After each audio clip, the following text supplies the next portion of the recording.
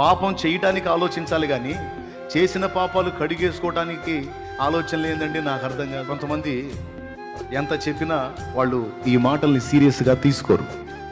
నాకు తెలిసిన ఓ బ్రదర్ ఉన్నాడు. నాకు తెలిసిన ఓ బ్రదరు చాలా కాలంగా యేసు ప్రభు దగ్గరికి వస్తున్నాడు. నేను ఎన్నోసార్లు చెప్పాను, నువ్వు అన్నీ చదువుతున్నావు, అన్నీ తెలుసుకున్నావు, మారు మనసు పొంది బాప్తిస్మం పొందు. ఈ లోకంలోనికి పాపిగా వచ్చాం, చచ్చేటప్పుడు పరిశుద్ధులంగా చద్దాం, దేవుని దగ్గరికి పోయేటప్పుడు పాపాలు కడిగేసుకొని పరిశుద్ధులమై చేరదాం, నా మాట విను, రక్షణ పొందని నేను దొరికినప్పుడల్లా మనిషి చెప్తున్నా. ఆయన ఒక సండే రోజు నాతో ఒక మాట అన్నాడు. వచ్చే వారంలో, వచ్చే ఆదివారం తప్పకుండా నేను బాప్తిజం పొందుతా అని పోయాడు.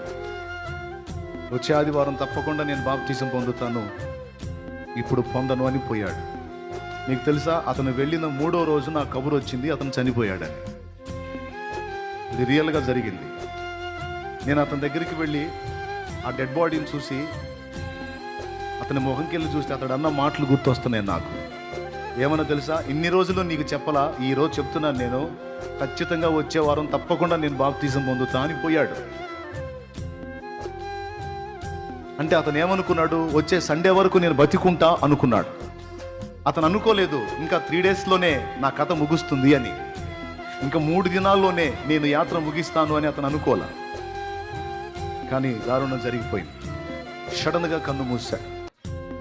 ఇలాంటి ఒకటి కాదు, చాలా స్టోరీస్ ఈరోజు ఇక్కడ కూర్చున్న మీ అందరికీ ప్రేమతో చెప్పాలి కాబట్టి, నా బాధ్యత కాబట్టి నేను చెప్తున్నా.